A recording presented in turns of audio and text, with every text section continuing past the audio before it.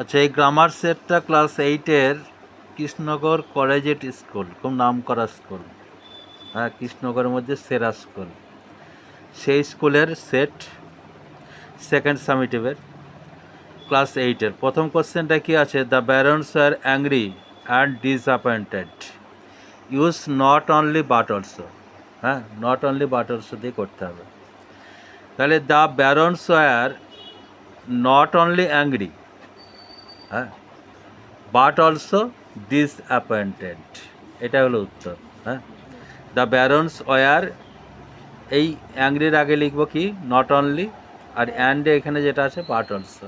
হ্যাঁ, তাহলে the barons were not only angry but also disappointed হলো প্রথম কোশ্চেনটা। তারপরে it is so late that you will not be allowed in the classroom, use too dot dot to in the sentence. Too দিয়ে করতে হবে।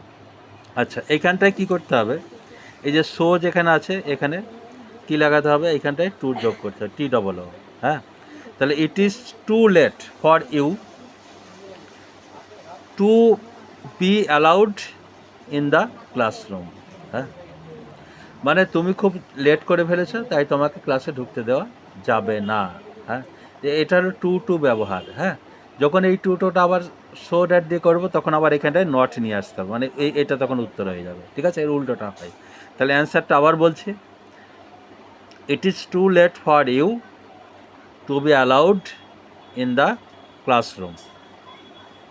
তারপরে the princess said to the bird, I love you and I only want to make you happy. Begin with the bird was. হ্যাঁ, শুরু করতে হবে the bird দিয়ে। এটা অ্যাকচুয়ালি ন্যারেশন চেঞ্জ, কিন্তু ন্যারেশন চেঞ্জ করব, এইটাকে একটু ভয়েস চেঞ্জ করবো আমরা। হ্যাঁ, কীভাবে লিখব? তাহলে the bird was told by the princess, এইটুকু আমরা করলাম। The bird was told by the princess. এবার ন্যারেশন চেঞ্জ যেরকম হয় সেরকমই করব। That she loved it and only wanted to make it happy. এখানে ইউ বলছে, ইউটা হচ্ছে ওই কাকে বোঝানো হয়েছে? পাখিটাকে। হ্যাঁ, তার জন্য আমরা ইট ব্যবহার করছি। হ্যাঁ, এবার তুই যদি পাখিটা ছেলেকে মেয়ে আমরা তো বুঝতে পারছি না। হ্যাঁ, তার জন্য সি কিংবা হিজ কিংবা হার এরকম কোনো কিছু ব্যবহার করছি না। ঠিক আছে, ইটটা ওখানটায় ব্যবহার করছি আমরা। হ্যাঁ, আচ্ছা, তাহলে আবার বলছি অ্যান্সারটা,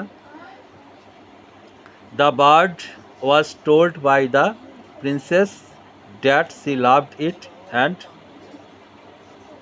only wanted to make it happy. বোঝা গেল? তারপরে I can not sing unless I am free, বলছে আমাকে মুক্ত না করলে আমি গাইতে পারি না। হ্যাঁ, বিগিন উইথ ইফ দিয়ে শুরু করতে হবে। হ্যাঁ, তাহলে ইফ আই অ্যাম ফ্রি, যদি আমি মুক্ত হই, হ্যাঁ, তবে আমি গাইতে পারবো। তাহলে কমা দাও, ইফ দিয়ে কন্ডিশনাল ক্লজটা দিয়ে শুরু করা হয় প্রথমে, তাহলে ওটা শেষ হওয়ার পরে কমা দিতে হবে, দিয়ে তারপরে আবার শুরু করতে হবে। I can not sing. তাহলে আবার বলছি অ্যান্সারটা, তাহলে কী হবে? If I am not free, comma I can not sing. বোঝা গেল?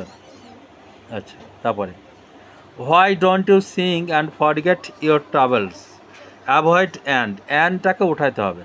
হ্যাঁ, অ্যান্ডটাকে উঠিয়ে তোমাকে কি করতে হবে? সরল বাক্য, মানে সিম্পল সেন্টেন্সে করে দিই, তাহলে হয়ে যাবে। হ্যাঁ, তাহলে why don't you sing to forget your travels. হ্যাঁ, why don't you sing to forget your travels. তারপরে the boy is to be called Arthur, change the voice change, এটা তো সোজা। তাহলে কী লিখব? Let the boy be called Arthur. হ্যাঁ, let the boy be called Arthur. তারপরে princess September assured the little bird that he would have nothing to worry because he would, কি এটা? হি উড, তারপরে কি আছে? আচ্ছা, he would have 3 meals a day।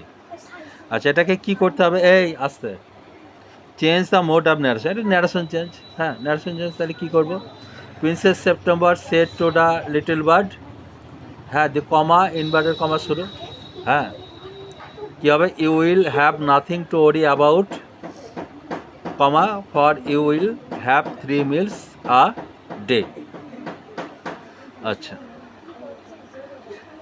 তারপরে remember, comma, you are allowed into the hospital room only when the operation of the patient was ডান। এটা কি বলছে? অ্যাভয়েড অনলি, অনলিটাকে বাদ দিয়ে অন্য কিছু একটা বসার, অনলিটা বাদ দিয়ে আমরা এখানে আনটিল বসাতে পারি। হ্যাঁ, তাহলে অ্যান্সারটা কী হবে? Remember, you are not allowed into the hospital, into the hospital, হ্যাঁ, তারপরে কী লিখব? Hospital room until the operation of the patient was done. হ্যাঁ, আচ্ছা, তারপরটা কি আছে? Would you want me to live with you use instead of me, মিটাকে তোলাইতে হবে। হ্যাঁ, মিটার বদলে অন্য কিছু একটা বসিয়ে দিতে হবে। তাহলে do you want that I live with you, হ্যাঁ, do you want that I live with you. তারপরে this old car is not worth repairing, use pointless in the sentence. তাহলে দ্য ইট ইজ পয়েন্টলেস দিয়ে শুরু করতে পারি। It is pointless to repair this old car, হ্যাঁ, it is pointless মানে এটা উদ্দেশ্যহীন, এটা কোনো কাজেই লাগবে না যে এই ওল্ড কারটাকে কি আবার রিপেয়ার করে। তাহলে it is pointless to repair this old car. আচ্ছা, এ কটা হলো তাহলে।